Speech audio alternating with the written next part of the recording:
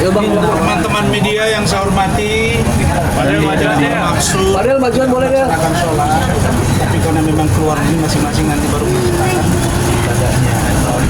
Nah, saya dan tim akan menjelaskan bagaimana kedatangan kami di Kementerian PPA, bagaimana kedatangan kami di sini. Lalu saya akan bertajam dalam closing statement. Karena itu saya persilakan saudara Bangkit Pak Dede untuk menjelaskan bagaimana terbitnya surat, penyerahan surat yang kami serahkan ke Kementerian PPA dan juga kepada penyidik di atas tadi.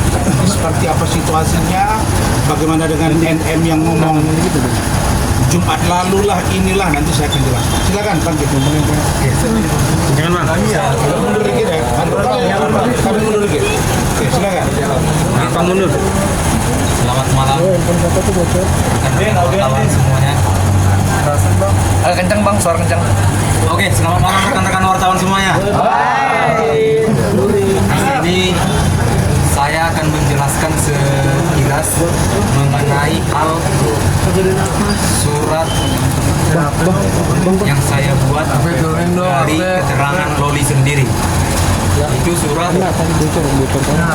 itu berita acara yang saya tuangkan karena dasar si Loli pertama pengen datang ke saya sebagai pengacara, pengen melaporkan ibu kandungnya sendiri.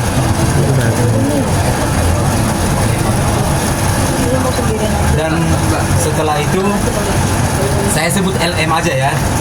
Oke, dan setelah itu LM menguraikan semua isi dari surat itu dan dapat dipertanggungjawabkan oleh LM sendiri dan ditandatangani. Dan kebenaran surat itu juga dapat saya pertanggungjawabkan juga bahwa surat itu real dan tidak dibuat-buat. Oke, dan surat itu juga tadi sudah kita serahkan ke Kementerian PPPA dan juga sudah kita serahkan juga ke penyidik supaya ditelusuri lebih dalam, dicerna lebih lanjut untuk bagaimana nanti perkembangan perkara ini, karena kita semua akan fokus ke substansi hukum tanpa melebar kiri kanan. Itu aja dari saya, bisa ditambahkan rekan saya yang lain. Silakan. Baik, terima kasih Bang Bangkit, terima kasih Pak Rasman. Kencengan. Bismillahirrahmanirrahim. Assalamualaikum warahmatullahi wabarakatuh. Teman-teman media yang sangat luar biasa. Tadi kita sudah berjumpa di Kemen PPA, rame, dan pada malam hari ini lebih rame lagi. Baik, sedikit yang ingin saya sampaikan bahwa kedatangan kami ataupun aktivitas kami hari ini dimulai dari Kementerian PPA dan juga ditindaklanjuti pada malam hari ini ke Polres Jakarta Selatan, tidak lain dan tidak bukan dalam rangka melaksanakan kewajiban hukum. Kenapa saya mengatakan melaksanakan kewajiban hukum? Karena ada ketentuan dalam negara kita, pasal 108 KUHP ayat 1 dinyatakan bahwa siapa saja yang mengetahui, siapa saja yang melihat, dan siapa yang menjadi korban, maka dirinya berhak untuk menyampaikan aduan atau membuat laporan kepada penyidik. Bahkan dalam beberapa aturan yang lainnya, misal dalam tindak pidana narkoba, seseorang yang mengetahui tapi dia tidak menyampaikan aduan itu atau tidak menyampaikan laporan itu, maka dirinya akan disanksi oleh hukum, yaitu dengan pidana penjara 1 tahun dan juga denda 50 juta rupiah. Bahkan di pasal-pasal lain lebih berat lagi, seperti kasus-kasus pembunuhan, penelantaran anak, kan gitu. Karena ini kejahatan-kejahatan yang sangat serius, kan gitu. Jadi mengawali daripada kesadaran diri akan hukum dan pemahaman tentang hukum, kami secara itikad baik sebagai warga negara menyampaikan aduan secara resmi. Tadi kami diterima oleh Kementerian PPA, kami sudah menyampaikan aduan secara lisan dan juga secara tulisan. Dan alhamdulillah teman-teman juga tadi menyaksikan bahwa Kementerian PPA menyambut baik aduan kami dan berjanji akan menindaklanjuti itu. Artinya teman-teman semua, kita ingin proses penyelidikan yang hari ini berjalan akan lurus, tidak ada intervensi siapapun, dan Kemen PPA juga berkomitmen bahwa keadilan untuk LM ataupun keamanan untuk LM ini adalah yang paling utama. Oleh karena itu, setelah koordinasi di Kemen PPA dan juga koordinasi di Polres, insya Allah dalam waktu dekat kami akan menindaklanjuti ini dan akan melakukan upaya hukum litigasi. Artinya kami akan membuat laporan polisi dan atau aduan. Untuk tempatnya nanti kita akan sampaikan lebih lanjut, karena memang untuk Polres Jakarta Selatan hari ini sudah sangat banyak laporan yang mereka tangani, kan begitu. Artinya kemungkinan kami akan mencari alternatif tempat lain. Itu untuk upaya-upaya berikutnya. Dan kemudian tadi juga kami berkoordinasi sedikit, Pak, saya buka ya. Koordinasi terkait dengan pembelaan hukum terhadap Adinda Fadel, yaitu kami mengajukan saksi tambahan. Jadi saya buka sedikit saksi yang akan kami hadirkan. Pertama kan ketika di preskon di kantor pertama kali kami akan mengajukan saksi, itu kan saya sampaikan 5 orang saksi. Dan ketika pemeriksaan kemarin kami mengajukan 3 orang saksi. Ternyata makin ke sini, alhamdulillah bantuan Allah Subhanahu wa taala, banyak pihak-pihak lain yang menurut mereka bahwa Fadel ini sedang dizolimi. Jadi menghubungi kami tim hukum dan bersedia menjadi saksi. Nah, itu tadi kami sudah sampaikan. Untuk siapa orangnya itu nanti akan lebih lanjut dijelaskan oleh Pak Rasman. Tapi kami pikir kerahasiaan terhadap orang-orang yang membantu ini kami pastikan akan kami jamin. Terima kasih kami ucapkan kepada orang-orang yang membantu dan juga mengirimkan via Instagram kepada via Instagram melalui DM kepada saya beberapa bukti-bukti yang insya Allah itu akan membantu sekali untuk pembelaan kepada Fadel. Saya pikir itu, Pak. Terima kasih. Terima kasih. Pak Adi ada? Udah bang. Nggak masuk. Nggak masuk bang. Baik, teman-teman semua, saya masuk pada kesimpulan. Pertama, kami sampaikan, ini baru kejutan namanya. Bukan kayak pengacara kemarin bilang suruh tunggu kalian Jumat dari pagi sampai sore, tahu-taunya hasil visum. Saya katakan, pertama, ketika saya sedang berada di Kuala Lumpur, Malaysia, saya dihubungi oleh Ibu JF alias Mama E dan juga E serta anaknya seorang lagi berinisial L terkait dengan keberadaan saudara LM ketika di UK, bagaimana dia sekolah, bagaimana dia berhenti sekolah, bagaimana tidak dikirimin biaya, kenapa tidak dikirimin biaya, kenapa bisa tinggal di rumah Ibu JF, kemudian dimasukkan lagi sekolah, kemudian keluar lagi, kemudian panggil polisi, kemudian pacaran dengan saudara Fadel, lalu kemudian kembali ke Indonesia, datang 5 kali tidak diterima, akhirnya ambil apartemen sendiri dan dijemput paksa. Ini rangkaian peristiwa yang secara konteks penegakan hukum saling terkait. Karena itu saya minta kepada Ibu JF dan E, kalau kalian ingin bantu kasus ini, karena mereka bilang kami tidak punya kepentingan kepada Fadel, tapi kami ingin menceritakan fakta yang sebenarnya di UK. Saya minta tolong buat statement letter, surat pernyataan, dan surat pernyataan sudah saya terima. Dan suratnya sudah kami serahkan ke Kementerian PPA dan sudah diberikan kepada penyidik tadi. Suratnya 2 lembar, semua dijelaskan di situ.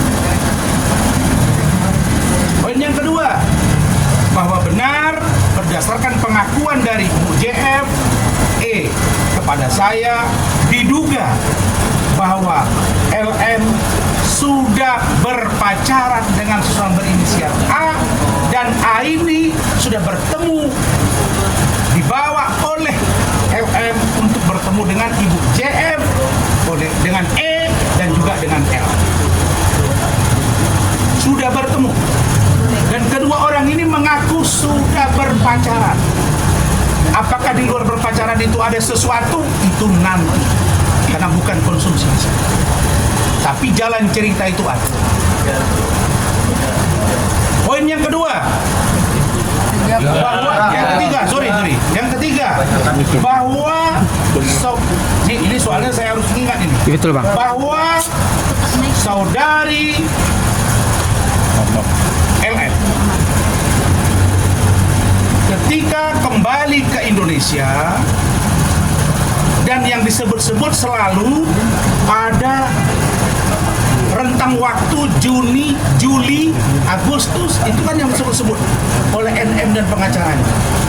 Kami sudah cross check berdasarkan data yang kami punya. Ingat, yang kami serahkan tadi tidak saja surat pernyataan dari Ibu JR, tapi juga dikirimin ID card-nya. ID card. Dan di luar itu kami juga diberikan data bagaimana saudari LM ketika tidak mau melakukan live atas perintah diduga dari NM, maka LM tidak akan diberikan biaya, dan live itu harus menjelek-jelekkan inisial AD. Ketidakmauan dia ini menyebabkan seorang NM marah, lalu kemudian tidak dikirimin belanja, dan anak itu menjadi kesulitan, benar-benar kesulitan, tidak ada tempat tinggal. Pikirkan dengan jernih teman-teman semua, di UK dia tidak ada yang membiayai, sehingga menumpang di rumah orang.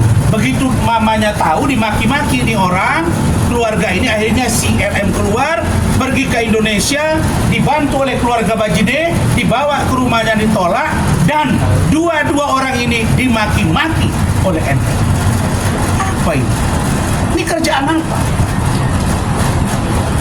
Ini semua orang sudah bersuara. Kemudian berikutnya apa? Dari konstruksi hukum yang kami pelajari juga, maka kami mendapat support yang kuat dari beberapa pakar hukum, termasuk dari Kementerian PPA, bahwa yang namanya satu, eksploitasi anak, perundungan, dan penelantaran masuk objek yang serius dalam kasus ini. Karena itu yang disampaikan oleh Saudara Rahmat tadi, bahwa kami memutuskan kami akan segera mengadukan, persoalkan ini kepada penyidik, dalam mendidik penegak hukum, bahwa ada dugaan 3 poin yang dilakukan oleh saudari NM. 1, dugaan eksploitasi anak, karena anak ini, LM ini sejak berumur 15 tahun katanya, sudah disuruh untuk melakukan promosi live terhadap produk-produk kecantikan. Apabila tidak mau, anak ini katanya ya, bisa dimasukkan di kamar berminggu-minggu dan dihukum tidak bisa keluar rumah. Umur 15 tahun. Yang kedua, perundungan. Kalau dia tidak patuh pada orang tuanya, atas kemauannya anak ini langsung ditindak dan dia stres. Yang ketiga, selama di UK hanya 3 bulan yang dibiayai. 3 bulan. Dan studinya cuma 3 bulan. Setelah 3 bulan dia keluar dari sekolah karena tidak ada biaya, numpang dengan keluarga JF karena tidak ada biaya, tinggal di situ, diperkenalkanlah ini kepada dia. Dan kemudian dimaki-maki oleh MM keluarga ini, akhirnya LM malu, dia keluar, dan disitulah dia diduga mengambil pekerjaan endorse slot yang berkaitan dengan sesuatu yang tidak baik. Dalam hal ini diduga JR, kira-kira begitu. ini penjelasan ini semua ya Fadel ya, saya sampaikan keterangan dari Ibu JM yang tersurat, keterangan dari Fadel kepada kami dan keluarga sangat linear, sangat sinkron. Bahkan chattingan, percakapan antara LM dengan seseorang, dia curhat, itu pun ada. Ada bahasa Indonesia, ada bahasa Inggris. Untuk memperkuat keterangan bahwa benar ada surat yang ditandatangani oleh LM untuk melaporkan ibunya, suratnya tidak mungkin saya perlihatkan, tapi fotonya saya perlihatkan. Apakah ini saya dikatakan membongkar rahasia kependudukan? Enggak dong. Di fotonya. Tengah-tengah bang. Ini ketika LM sedang menandatangani, ya betul ya? Ini LM sedang menandatangani surat tanggal 13 September 2024 terkait beberapa kronologi yang dialami dan ingin melaporkan MM terkait di dalamnya termasuk perundungan, eksploitasi, dan penelantaran. Kalau begini, apa mungkin kita semua berpikir ini normal? Tidak dong. Apakah mungkin LM yang dijemput dari apartemen kalau mengatakan anak di bawah umur, kenapa Anda ekspos itu? Ketika dijemput, silent saja dong. Bahwa cewek polisi poluan. Di situ kan kelihatan dia sempat nggak ada celana panjang, dipakaikan celananya, benar kan? Digotong-gotong, didorong-dorong, divideokan. Ini apa namanya? Apakah ini bukan membuka rahasia anak di bawah umur? Siapa pelakunya? Maka orang-orang yang ikut serta mengambil itu kami minta untuk juga diperiksa. Karena kalau caranya baik, dibujuk, mungkin beda ceritanya. Tapi kalau diambil paksa begitu, artinya ada masalah. Yang mencurigakan kami sampai hari ini, LM dengan NM belum pernah duduk bersama bicara hati ke hati. Kalau begitu, bagaimana sikap kami? Berdasarkan keterangan ini, kami akan lanjutkan Saudara Bangkin dan keluarga Pak Bajiri untuk membawa ini ke pihak berwajib. Apakah Bareskrim atau Polda Metro untuk melaporkan 3 poin tadi.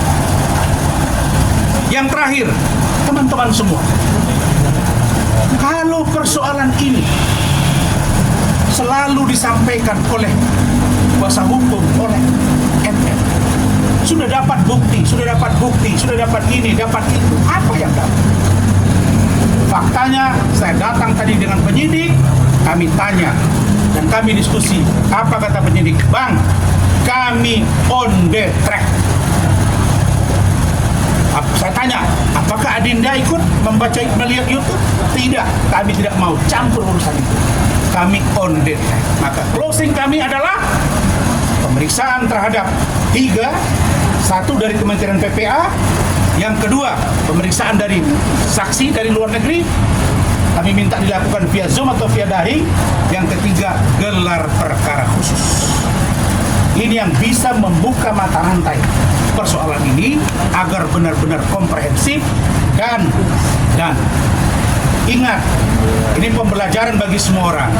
Jangan gara-gara engkau menganggap kau ibunya, lalu kau bisa atas nama anak di bawah umur melakukan sesuatu yang berakibat kepada orang lain. Kami bisa katakan, bagaimana membuktikan visum? Kalau ada rentang waktu mereka Juni-Juli itu tidak berhubungan komunikasi, jangankan melakukan sesuatu hubungan badan, komunikasi saja tidak ada rentang waktunya. Siapa yang bisa menjamin bahwa Anda yang sedang berpacaran di luaran sana Anda berkomunikasi dengan orang lain atau tidak? Karena Fadel tidak tinggal dengan LM. Karena Fadel beda. Jadi jangan darah siapa, bekas dari aborsi yang mana, kalau itu ada, tidak gampang. Maka kami lakukan serangan balik ini. Tapi tolonglah, Anda nggak usah bicara yang lain. NM, kau fokus ke kasus ini. Saya berdoa, mudah-mudahan umrohnya mabrurah dan berubah caranya menghadapi masalah ini. Saya kira itu dari kami. Cukup 1-2 pertanyaan. Bang, terkait saksi. Padahal dengan kalau bilang katanya Loli sebelumnya dekat dengan A itu gimana Pak? Jawab aja. Menurut kamu gimana Pak? Artinya bahwa pertama ya. Silakan. tidak hanya kamu, ternyata masih ada huruf A. Kalau buat huruf A itu gue udah tahu juga. Karena sebelum pacaran sama gue kan gue tahu dia lagi dekat sama gue. Jadi gue tahu. Ya artinya kamu merasa dikambing hitamkan atau gimana Pak? Ya kalau merasa dikambing hitamkan ya lihat nanti aja gimana ke depannya. Kalau merasa dikambing hitamkan ya berarti jadi kambing hitam lagi ya kan? Oke, yang lain. Padahal mungkin Bang, terkait di bulan ini kan kemarin kan sebelum ini dirimu Polres kan banyak akun-akun yang ngaku, mungkin salah satunya ngaku nyokap. Nah itu seperti apa sih? Titin. Iya Bu Titin itu dengan statement-statement yang luar biasa, provokator ya, artinya seperti ini seperti apa? Itu Martin yang jawab. Ya kalau ada di sana Bang. Tunggu dong, Martin Di yang sebelah sana Bang. itu. Belakang Padel. Martin yang tahu. Kalau Di- akun itu udah dipastikan itu akun fake ya. Jadi bukan akun dari orang tua kita. Dan itu udah dipastikan itu fitnah. Itu aja sih. Ketika akan kedepannya mau melaporkan akun itu karena kan cukup provokatif ya Iya. akunnya sendiri. Dan nanti mungkin kita kalau apa Kami sudah diskusi untuk yang ini kami tidak usah dulu kecuali terus-terusan. Bahkan kami menduga ada orang yang justru itu juga yang kami duga untuk mencari simpati publik. Oke, yang lain apalagi ke Fadel? Bang, soal saksi. Saya atau ke Fadel? Kalau Abang Rosman soal saksi kenapa nanti aja nggak pas persidangan aja Bang diungkap? Oh, nggak bisa dong. Kalau persidangan berarti sudah gelar perkara, sudah tersangka, lengkap berkas. Enggak dong. Pendekatan hukum itu ada yang namanya pra-adjudikasi. Ada pemeriksaan berkas, ada pendalaman materi, ada diatur di perkap. Kami berhak mengajukan itu. Karena itu kami yakin Fadel, saya amati dia nih, anteng-anteng aja gitu. Ini orang nggak ada beban ya gitu. Nah, dia nanti disuruh nari, dibilang meledek lagi, enggak. Ya, tapi yang pasti kamu diundang kan ke Malaysia? Iya. Untuk apa itu? Untuk kompetisi Kompetisi tingkat dunia. Kapan tuh? dari Indonesia. Bayangin tuh. Di Desember nanti doain aja supaya bisa menangin bawa nama Indonesia. ya lokal influencer. Dan kami appreciate penyidik, Pak Kapolres, Pak Kapolda, Pak Kapolri, Kabar Eskrim semua on the track. Oke, cukup ya? Thank you.